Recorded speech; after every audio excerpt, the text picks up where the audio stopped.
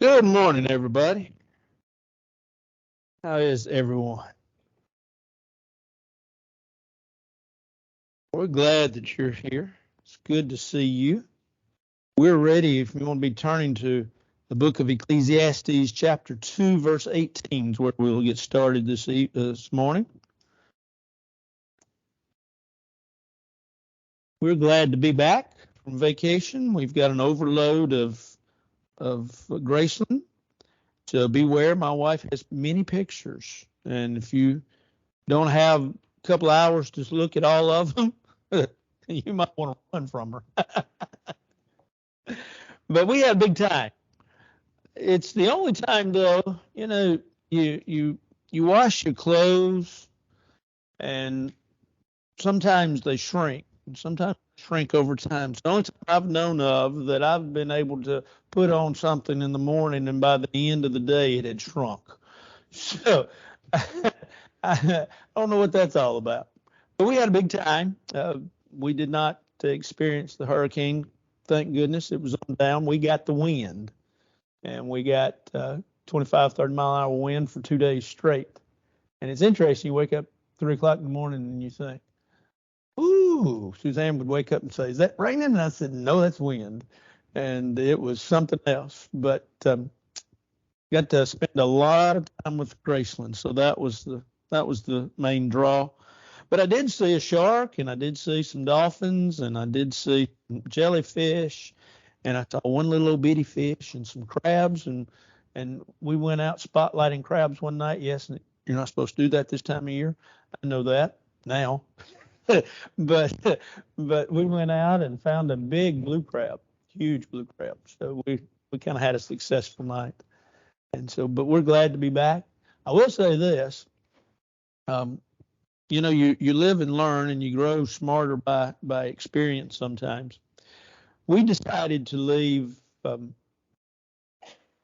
Gulf Shores, Fort Morgan's actually where we were. We decided to leave Friday afternoon about 4 o'clock. We all did. Matter of fact, we all left. And Kim had a class to teach this morning and so forth and so on. And so they were going back to their other sons in Birmingham, and Ethan and Kara went as well. And so we hit the road as well, 4 o'clock Friday afternoon. We made about 6 different stops at no telling how many different hotels to find a place to stay. We didn't find it, so we got here at 1:30 Saturday morning. It's fun. But I have traveled on those time frames before. But it's interesting to watch. It was interesting. Of course, we were in the midst of traffic, and when you're in the middle of traffic, it's sort of like being in the middle of the woods. You don't know that you're in the middle of the woods till you get outside it, right? So we didn't know. Suzanne would say, well, look at all that traffic going. I'd say, you're in the middle of traffic too. But we rolled on pretty good. And so, like I said, about 1:30, we got here. We stopped somewhere, and Suzanne's demand for the whole week was a Whataburger. Now, I'm sorry, I'll eat a hamburger with anybody, but nothing's special to me anymore. I'm old. Yeah, Whataburger is not that special. And no, it's all right. But my wife who demanded it, and of course she said, even as we started to eat it, she said, well, this is like a Sonic burger. To say, but we had a great time, and we're still married, and so it's a good week. Do we have any announcements? We do know Miss Pat was telling us, Miss Pat Chester, that her brother has passed away, so we want to remember her and her family in our prayers. Anybody else or anything else?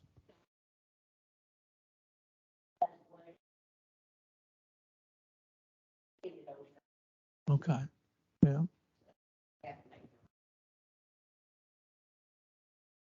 Okay.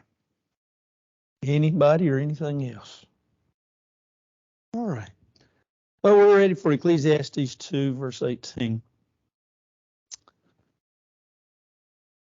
You can look at Ecclesiastes in a lot of different ways. In many ways, it's Solomon's search for happiness. But the more you dig into it, and I know that's been the theme for many folks through the years, and I think it's correct. But also, I think you can look at Ecclesiastes as Solomon's search, not just for happiness, but Solomon's search for meaning.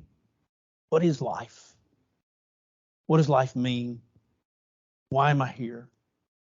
What am I to do with my time?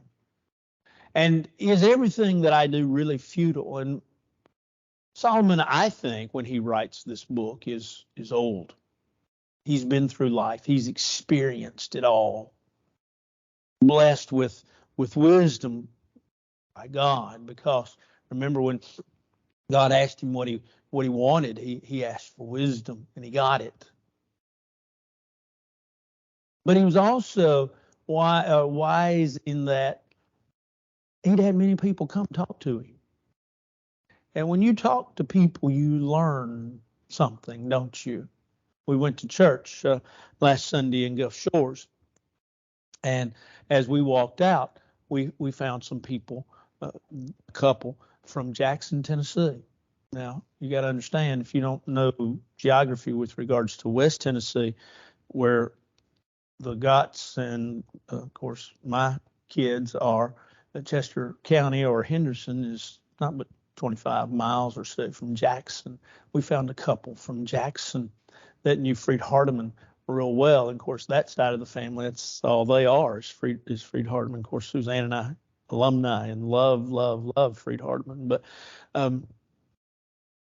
their preacher was an old teacher of mine, and learned something from them as we sat and talked, and as we stood and talked after church.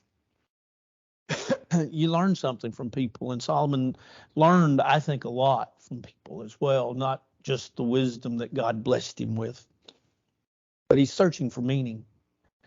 And he'll come to the conclusion as he goes through all of these things, and it's sort of if you read Ecclesiastes, let me encourage you, I know it takes many weeks for me to go through a class because I'm long-winded, but I encourage you sometime to sit and maybe just make it, say, a week-long study, the book of Ecclesiastes. That's what that's what I'm going to read this week. I'm going to read the book of Ecclesiastes, 12 chapters. You read two chapters a day. You're through by Saturday, and you get Sunday off.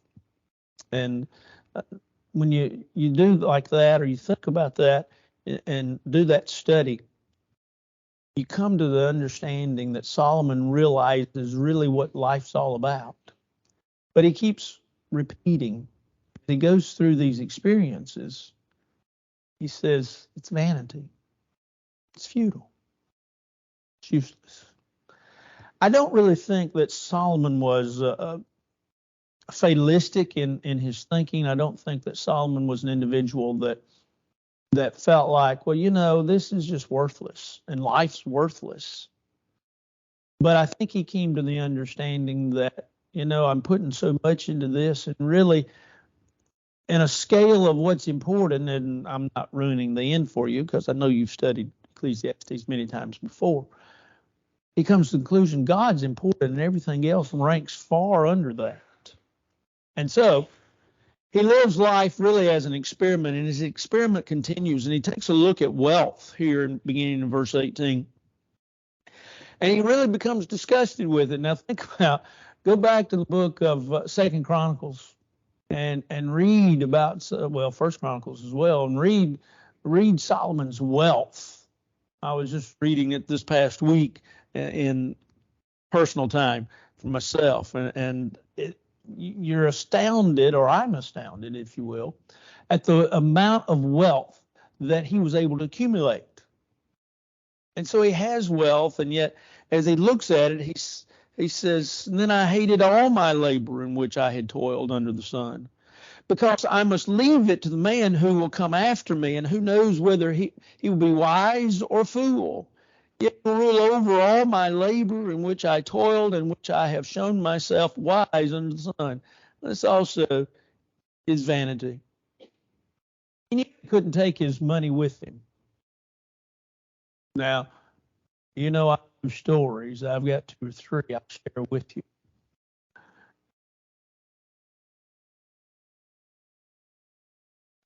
You might say he was a miser. He was a penny pincher. And he saved his money to the fact that he put it in large bags, and he told his wife, and he would do it himself. He put it up in the attic of the house. And he said, I'm going to die. When I die, I'm going to die here at home. And as my spirit lifts and leaves my body, he says, I'm going to grab my money on the way to heaven. The wife thought he was crazy, but nevertheless, she did as he said. And sure enough, one day, he died at home. She ran up quickly to the attic, and there was his money still. She said, I knew he should have put it in the basement.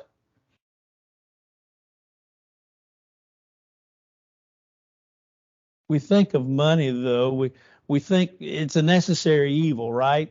You go somewhere, you have to spend it, you have to have it. And if you don't have it, you don't go anywhere. And you just hope that the bills that do come in, you have enough to cover those. But it's a necessary evil. We have to have money, and we have to make money somehow. And of course, if we've retired, we've worked hopefully and saved and have pensions that help us through with the supplement that Social Security gives us. But one of the things that we know is that if we've left anything, if we have been fortunate enough that basically our money, so to speak, outlived us instead of us outliving our money, that we wonder, well, who's going to have it and what are they going to do with it? What will my children, what will my child do with it? Will he use it wisely?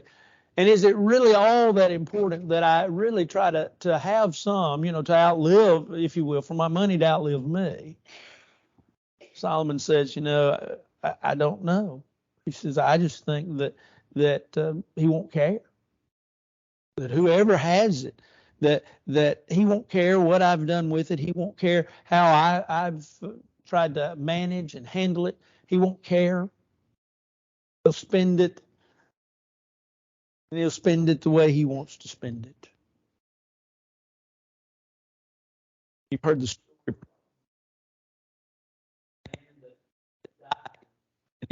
When it came time for the family to gather for the reading of the will. And so the lawyer was going through and he was reading the will, and he said, now as of course reading in the person of the man that had passed away, he said, and now unto my cousin James, who wanted to be mentioned in my will. Hello, James. And then he went to the next person. Well, more than likely, we all leave something. It may not be a few cents, a few dollars. Of course, we leave a good name, a good reputation, a good work ethic. I'm often reminded, and I was this past week, as my son would do something or say something, I would say, now this is what your papa said, talking about my father. This is what your grams, that was my mother, to him. This is what your grams would say. So we leave more than just money, but Solomon is talking about money, and he says, all this is vanity. He says, therefore, in verse 20, he says, therefore I turned my heart and despaired of all the labor in which I had toiled under the sun. For there is a man whose labor is with wisdom, knowledge, and skill, yet he must leave his heritage to a man who has not labored for it. This is also vanity and great evil. I don't know about you, just seemed he couldn't enjoy what he had. Couldn't enjoy even his wisdom. He says, I've gathered all this wisdom. I'm going to leave it with people. But he said, they don't really care. They don't appreciate how I gathered it, how I came about it, all the hard work. For what has man, verse 22, for what has man for all of his labor and for the striving of his heart with which he has toiled under the sun? For all his days are sorrowful, his work burdensome, even in the night his heart takes no rest. This also is vanity. He says, it's all sorrowful. Let me ask you a question.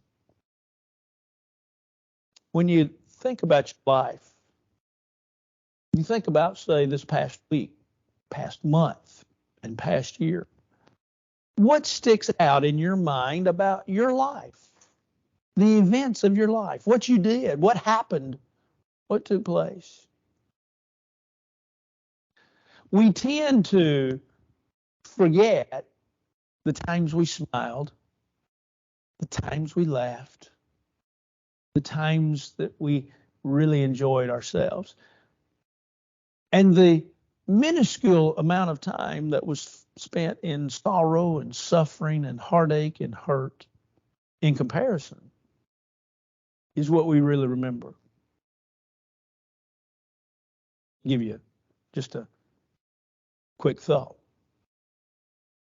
Think about your last washer and dryer in your house. Now think about this washer and dryer that you have in your house. We live in a day and age in which when it breaks, what do? You pretty much have to get rid of it, right? But used to, what did you do? You called in the repairman, right? And he came in and he fixed it. Had a refrigerator, and I hadn't had it long. This was in Dixon. Had a refrigerator and hadn't had it long. Called in a guy that worked on refrigerators down in Dixon. He came, he worked on it. A few years later, it did what I thought was different. He came in, he diagnosed it as the same thing. He fixed it again, and he said something to the effect, I said, you don't have to tell me. I said, it does this again. It's gone. I did get rid of it. I sold it with the house. That poor guy bought my house. He's stuck with it. But when you think about things like that, appliances, we often remember when it broke down, how much the bill was, the discomfort we felt in trying to get somebody to fix it, to come in, to take care of it, or maybe, you're at the point where you just got rid of it and you had to go out, you had to buy another one, how much it cost, all the problems, the stores you went to find one, the delivery guy, how ugly and rude he was. But you remember, but you don't remember the numbers of times that you went, started the thing, put the clothes in and started that thing and it worked like a charm, right? I don't remember those times. But you remember the aggravation of the time that it didn't do what it was supposed to do. Well, that's sort of the way I feel with Solomon. He sort of looked at life as all of it aggravation. But remember the good times. Remember the happy times. Spend time thinking about that. I'll give you a for instance this week. We had a great time. We sat on the beach. We sat on the front porch. We sat up under the house. They had an area fixed up under the house. We sat in the living room. We sat around the kitchen table. We talked. We laughed. We had a big time with everybody. But there was a period of time in which Carrie, the other grandfather, had misplaced his wallet. And he was fine about it, but he couldn't find it. So he backtracked. And we were staying 16 miles out from Gulf Shores. He went back into Gulf Shores that evening, tried to find his wallet, even went to the police station. Nobody had turned one in. He sat down and he said, I just have to believe that wallet here is here in the house. And so his wife went into the bedroom where they were staying. And 2 minutes later, we heard her holler. She'd found his wallet. It was that discomfort and that discomfortable time in which he was trying to figure out how to cancel his credit cards and stop his debit card and all of that fun stuff. And then right as soon as she found it, the whole mood changed. I wonder what we will remember of that trip. I'm trying to forget that time. And I'm trying to forget the time that I'm driving through Maryland Farms at 1:15 in the morning and there's no traffic. By the way, you go through Maryland Farms at 1:15 in the morning, all the red lights are green. Just keep it slow. But no traffic. You can right through. I was just more worried about drunks than I was anything else. But I want you to come away saying Solomon seemed to be sour in life. We don't need to be cranky. We don't need to be sour. Yeah, we'll leave things and people won't enjoy and appreciate them, but that's their problem. We leave them the best that we can leave them. There's a lot of things in there, but something somebody wants to say.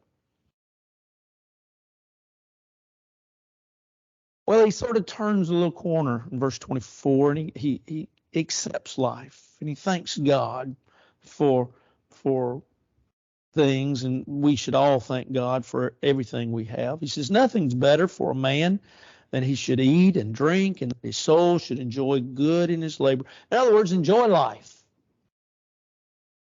This also I saw was from the hand of God, for it was. For who can eat or who can have enjoyment more than I? For God gives wisdom and knowledge and joy to a man who is good in his sight.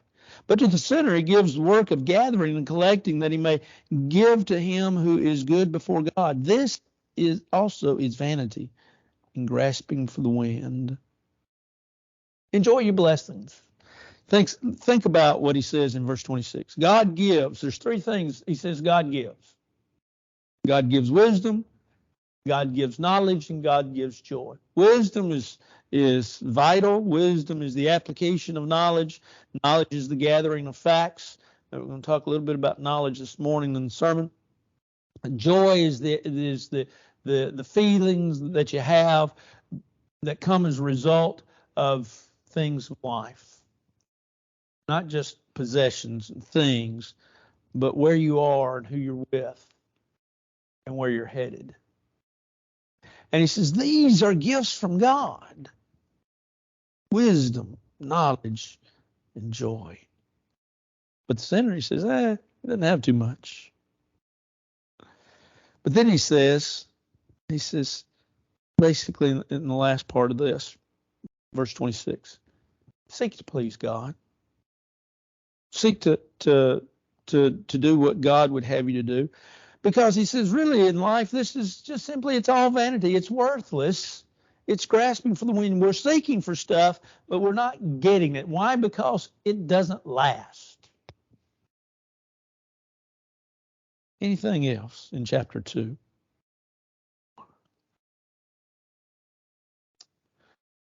Well, I want you to look, and I've asked you to every week maybe read it from a different perspective. I want you to read here in the next week. I want you to read really the 3rd, 4th, and 5th chapters with the idea of life has meaning. It just seems that that's what's like. Life really does have meaning. He continues his experiment, and he talks about different time. And I really had not, until 2-3 weeks ago, I was looking at this and I was reading some different ideas from different folks on this. And there was one man that I was reading. He had about 5 or 6 different takes on how to look at the first 8 verses of Ecclesiastes 3. And I'm not saying that he chose all of them, and I'm not saying that all of them were right, but it was kind of interesting to think of it from different perspectives. In other words, what is Solomon really trying to say? As he talks about a time for this and a time for that. Well, in some ways, at least for me, I think the thinking of verses 2 through 8 is found, the answer to it is found in verse 1. Everything, there's a season and a time for every purpose under heaven. There's sort of, in life, isn't there? There's sort of a balance and a counterbalance, right?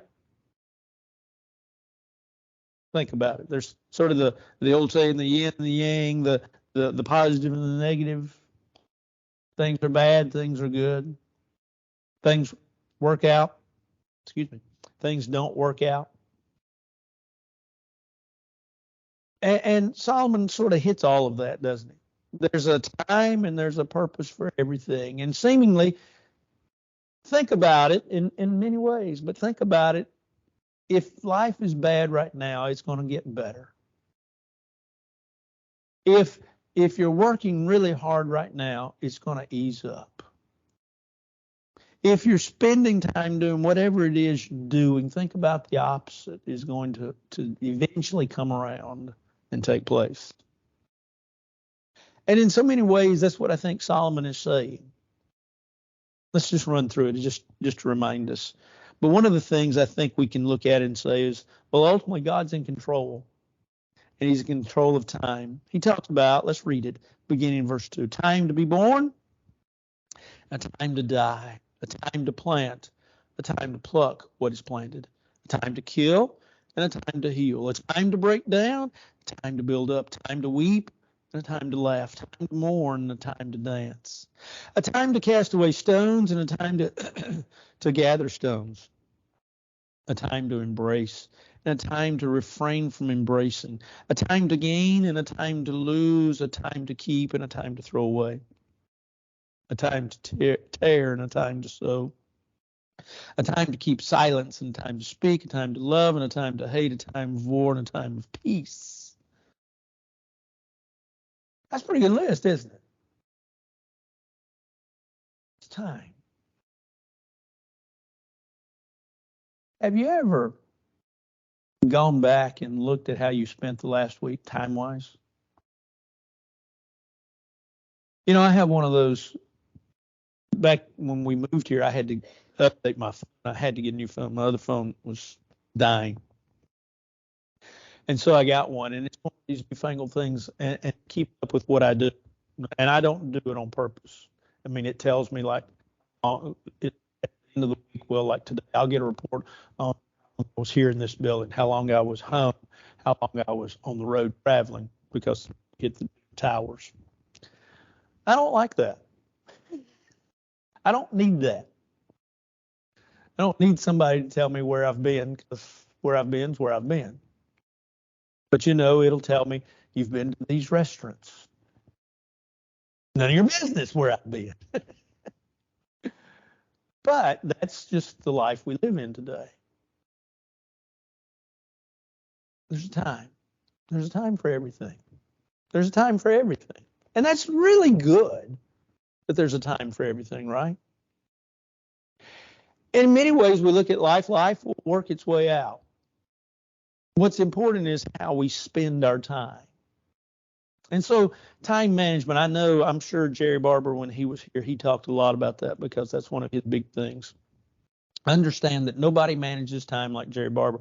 There's people that would write books about Jerry Barber and his psychosis, but you understand that it is important. We spend so much time, and sometimes when we think about it, how life counterbalances. You think about, well, I spent an hour in cleaning the house today, and I spent 2 hours resting up from cleaning the house today, right? Solomon says, there's a time, there's a season. You reap what you sow, but there's a balance and there's a counterbalance. And just know that once you do one something, that other side will pick up. Anything, it's really a great list. My wife probably likes the idea of there's a time to be quiet. She probably likes that idea. Anything else? All right, well, let's look at beginning in verse 9. Did you know that nothing on earth is permanent? Did you hear the story about the man that it was during the Civil War era? He'd had a watch for 25 years. And he brought it to a repairman, and he asked him, he said, would you fix it? And the guy looked at it, and he realized it was beyond repair. He said, well, how long have you had it? And he said, well, I've had it for 25 years. And he said, well, it just didn't hold up, did it? That's really life. That's really the things of the earth. Nothing's permanent. As he looks within, Solomon finds certain things. He says, what profit has the worker from that in which he labors? I've seen the God-given task with which the sons of men are to be occupied. He has made everything beautiful in its time. Also, he has put eternity in their hands, except that no one can find out the work that God does from beginning to end. God, man has a task, man has a purpose, but God he's seen the big picture, and God really sees and looks out for man. but God sees the big picture. We see the small picture, right? It's all about me, mine, mine. This morning, as I was eating breakfast and watching the news and thinking through what all for me was going to happen today, it was interesting because one lady talked about praying for your favorite sports team. I love sports. I'm not sure if God cares whether my team wins or not. And she believed that you could pray for your sports team, and the other individuals took the side that, if God allows your team to win, then what is he really thinking about with regards to the other team, right? And that is the philosophical question that you have to come to terms with in your own thinking. Well, Solomon here, he says God really has the big picture. We see the small picture. But God sees the big picture. He's made everything beautiful in its time. You can find beauty in everything, even in struggles in your life. Brother Hugo Mccord, his name may not ring a bell to you. It does to me. Brother Mccord was a great scholar of the Bible. Brother Mccord taught out at Oklahoma Christian for years. Just a wonderful man. Got to meet him towards the last third of his life. Got to interact with him on several occasions. And Brother Mccord had a tremendous outlook, a very kind-hearted individual. But he always tried to get you to find beauty in everything. And he wrote a book years and years ago on what many would call the Lord's Prayer. He entitled his book The Disciples' Prayer. And in that book, he talked about the phrase, lead us not to temptation. And that's part of a little bit of this sermon this morning. And that's one of the reasons I was reading that chapter again. But he talked about experiencing the difficulties of life, how that God allows us those times, and those times only come at the proper times in our life. They only come at those right times, those right moments. And he's always faithful in that he provides a way of escape, 1 Corinthians 10, verse 13. Beautiful thought. Well, how's God able to do that? He sees the big picture. We see what's happening now. God sees our life. And so Solomon understands that. And he then begins in verse 12. He says, I know that nothing is better for them than to rejoice and do good in their lives, and also that every man should eat and drink and enjoy the good of all of his labor. It is the gift of God. Life really is transitory. Life is here today, gone tomorrow. He says, really, to enjoy everything with regards to life, he says that every man should eat and drink and enjoy. He should see and look at and inspect the good that is in life. Are you an optimist, a pessimist? Some would say, no, I'm a realist. An optimist, what does he do? He tries to find the good in it. A pessimist never finds any good. A realist looks at life and says, this is the way it is, like it or not.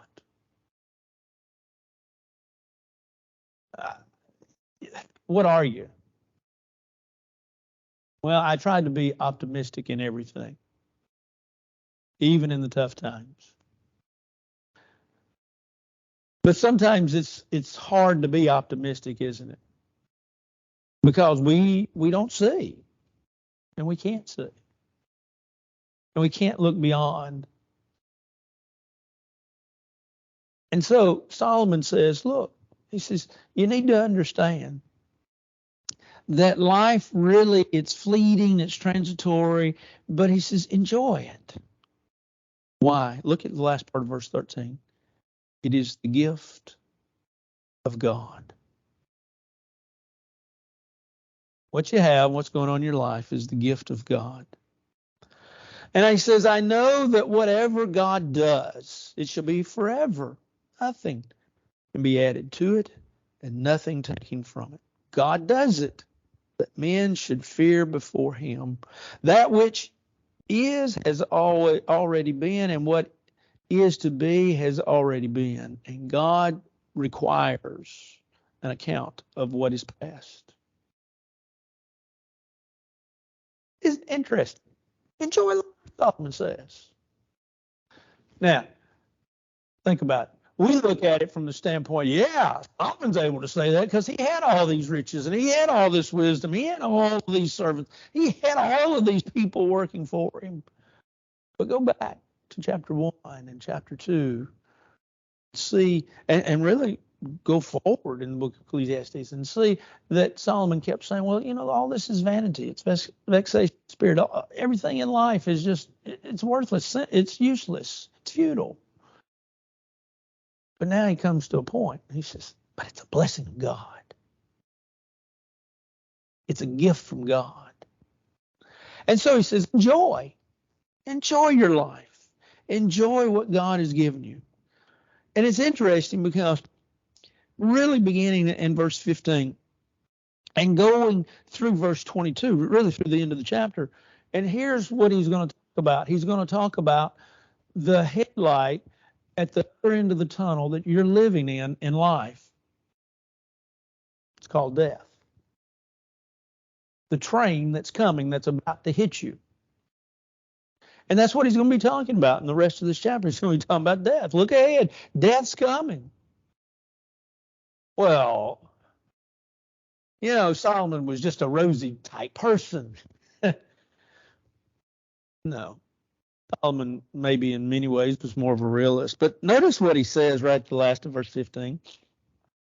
He says, and God requires, or God seeks, an account of what is past, what is pursued. God wants an account, and God will call into account what we pursued in life. Life goes by quickly. It gets away from us, doesn't it? You ever sat at the end of the week and said, man, I really didn't do anything? I meant to accomplish this, and this. And I didn't. Happens. Solomon's saying, don't let life get past you. Don't sit there and be the curmudgeon. Don't sit there and be the one that grumbles about, well, life is fleeting. Let's be honest. Life moves quickly, passes by. Solomon's right. But let's learn to enjoy it. Let's learn to appreciate it. Let's learn and remember that it is a gift from God. God will require an accounting of it. So as it goes by quickly, it gets away from us. God, he'll take an account of all the things. And so let's be sure that we remember and are blessed. Anything else anybody'd like to say? I'd like for you to say it, to be honest. Well, I want us to pull some things together. Because we don't have time really to start into the next little bit. We could, but I want us to pull it all together. I want us to think about some things. I want us to think about the fact that our life is really spent in toil and labor. I mean, even the things we enjoy are work, right? And that's the way life is. And we sometimes really sit and wonder why we're here. In your 20s, probably, you went through a period of time. I don't know why I'm here. And then when your sweet babies came along, this is a lot of work.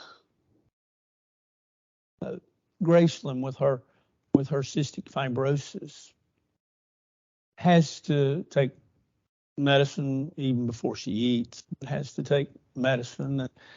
do what is called pat treatments. She will eventually, which is percussion treatments, little pats for 2 minutes at the time to about, I think it's about 8 different places on her little body. They have to do that every morning. And to be honest, it's like wrestling a bear. But you have to do it every morning. You have to do it every evening. And then when she's a little sick or maybe with a cold, you do it 3 times a day. She will eventually get a vibrating vest as soon as insurance approves it. Come on, insurance. But she takes an inhaler twice a day. She has some other means that she'll have to sit and do. So they've already started it with regards to her breathing. They have to do this every day, 2 and 3 times a day. And I know it's very tiring on Ethan and Kara, and really they're the only two that really can do it. And I know, and I thought, this week I thought back when we were raising Ethan, and he was so easy to raise. Didn't hardly get sick. Did a little bit, common stuff, earaches and stuff like that. And I thought about, he was easygoing, and we didn't have to discipline him that much, and yet how tiring it was. The calendars, because Ethan played soccer and baseball and tried his hand at basketball and golf, and we're constantly on the go. Ethan caused us to be tired a lot. And when our babies come along, we're tired. And we just wonder, is it all worth it? Of course, the neat thing is that when those babies grow up, we get to look at them and we say, man, my wife did a good job with my son. And if you don't believe it, just sit around him for a while and you'll realize he's more like his mama than he is his daddy. Although his wife keeps telling him every once in a while, that's what your daddy would do. And he hates that. But that's life. Life is hard at times. But it has its times, Ecclesiastes 3. And while we may see it all as vanity, Solomon says, let's learn to appreciate the blessings that we have.